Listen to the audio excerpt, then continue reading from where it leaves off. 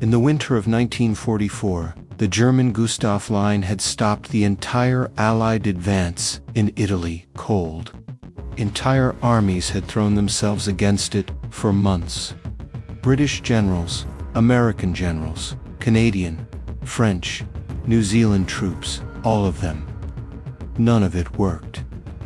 The Germans had turned a 100-mile stretch of mountains and rivers into what military historians would later call one of the most formidable defensive positions ever constructed in the history of warfare.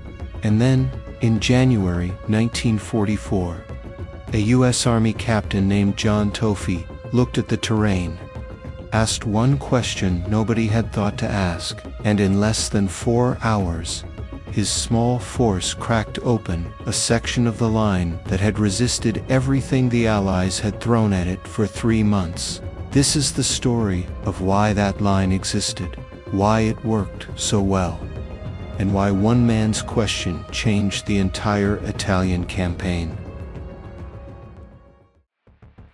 To understand why the Gustav Line was such a nightmare, you have to understand what the Allies thought the Italian campaign was going to be. When Allied forces landed in Sicily in July 1943 and then pushed onto the Italian mainland in September, the thinking in Washington and London was fairly optimistic. Italy had just surrendered. The Germans were overextended. If you could push up the Italian peninsula fast enough, you could threaten southern Germany, tie down dozens of German divisions, and give the Soviets some relief on the Eastern Front. The problem was geography. Italy is not a wide, flat country. It's a long, narrow peninsula with a spine of mountains running straight down the middle, the Apennines, and dozens of rivers cutting east to west across any north-south advance. Every time the Allies pushed forward, there was another river, another ridge line, another mountain pass. And the Germans, commanded by Field Marshal Albert Kesselring, one of the most tactically gifted defensive commanders of the entire war, understood exactly how to use that terrain. Kesselring didn't try to hold every inch of Italy. He executed a fighting withdrawal, giving ground slowly, bleeding the Allies at every step, buying time to build what he really wanted, a permanent defensive line. He found his perfect location in the mountains south of Rome, a line anchored on the Roppetto River to the east, the town of Cassino in the center, sitting under a mountain with an ancient Benedictine abbey on top that gave the Germans perfect observation over everything below, and the Garagino River to the west. He called it the Winter Line. The Allies would come to call it something else. They called it the Gustav Line, and it was about to prove exactly why Kesselring had chosen it. The Gustav Line wasn't just a trench with some barbed wire. It was an engineered killing zone. Kesselring had months to prepare it. His engineers blasted bunkers directly into the rock faces of the mountains. They built interlocking fields of fire so that every approach was covered by multiple machine gun positions. They laid minefields so dense that advancing infantry couldn't move without triggering them. Artillery was pre-registered on every likely avenue of approach, meaning the Germans didn't even need to see the Allies coming. They already knew exactly where to fire. And above it all sat Monte Cassino. That mountain and the famous monastery perched on its summit gave the German defenders something that military commanders dream about: perfect observation. From up there, German forward observers could watch Allied troop movements from miles away, call in artillery coordinates, and adjust fire in real time. It made any daylight movement in the valley below essentially suicidal. The Allies tried everything. In November and December 1943, the British, the 10th Corps, attacked across the Garigano and the Roppetto rivers. They gained almost nothing. The river crossings turned into disasters, boats capsized, men drowned under fire. Those who made it across found themselves in minefields with no support. The U.S. 36th Infantry Division tried to cross the Rapido River on January 20, 1944, one of the most catastrophic single-day losses of the Italian campaign. In less than 48 hours, the division suffered nearly 2,000 casualties. The crossing failed completely. By January 1944, the situation was clear. A frontal assault on the Gustav Line wasn't going to work. The Allies needed a different approach. What they got was Anzio, an amphibious landing behind the line, designed to outflank it entirely. And that nearly failed too.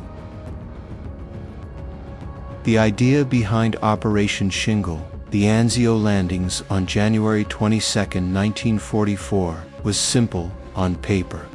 While the main Allied force kept attacking the Gustav Line from the south, a separate force would land by sea at Anzio, just 30 miles south of Rome. That landing force would then push inland, threaten the German supply lines, and force Kesselring to pull troops away from the Gustav Line to deal with the threat. The landing itself was a tactical success. Over 36,000 troops came ashore against minimal initial resistance. The road to Rome looked open.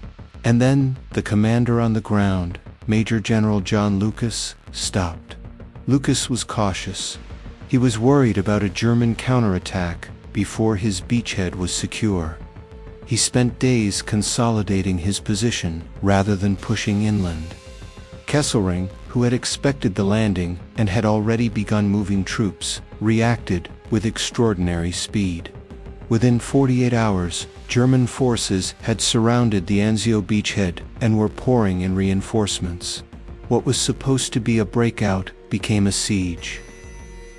By February 1944, the Allies at Anzio were pinned down, taking daily artillery fire, going nowhere. The Gustav Line was still intact, and the entire Italian campaign had stalled completely. That's when General Harold Alexander, commanding Allied forces in Italy, went back to the map. And that's when a question nobody had properly answered began to matter enormously. Was there a weak point in the Gustav Line? Not a place where you could smash through with overwhelming force, but a place where the Germans had assumed the terrain made an attack impossible. The answer turned out to be yes, and a captain named John Toffee found it. By late January 1944, Captain John Toffee of the 3rd Infantry Division was assigned to a sector along the Rapido River, on the left flank of the Gustav Line.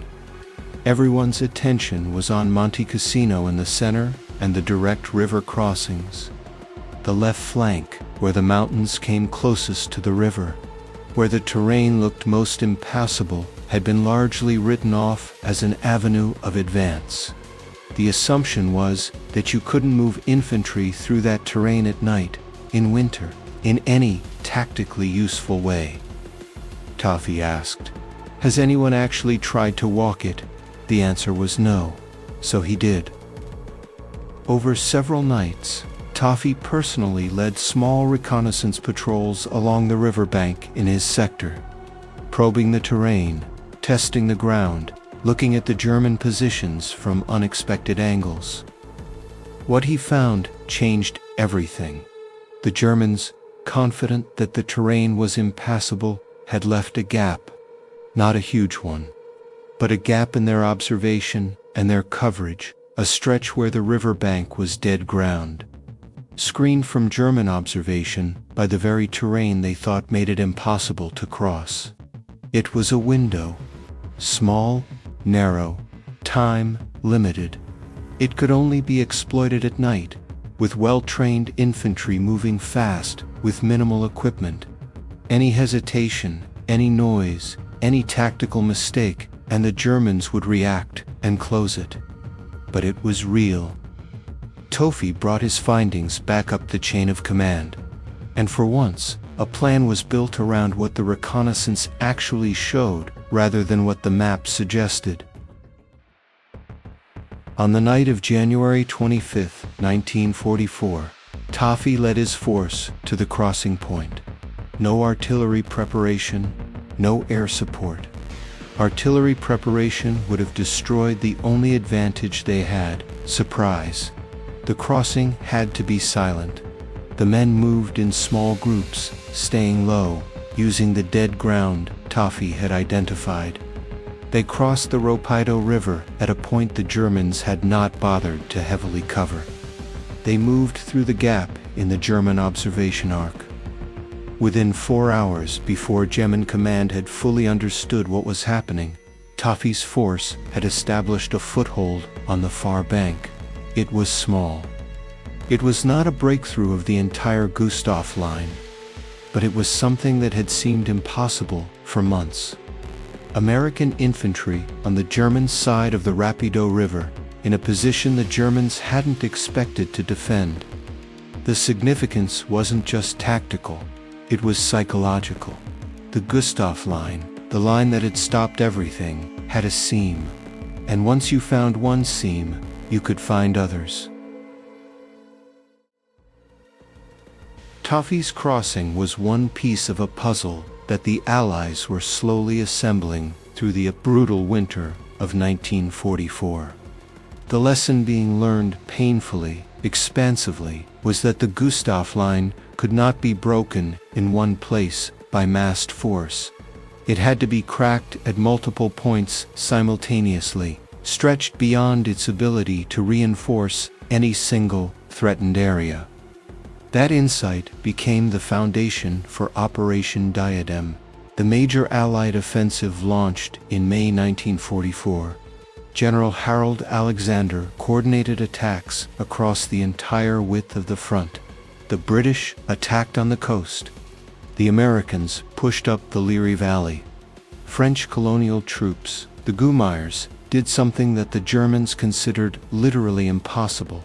They crossed the Orange Mountains, terrain so rough that it had been left almost undefended.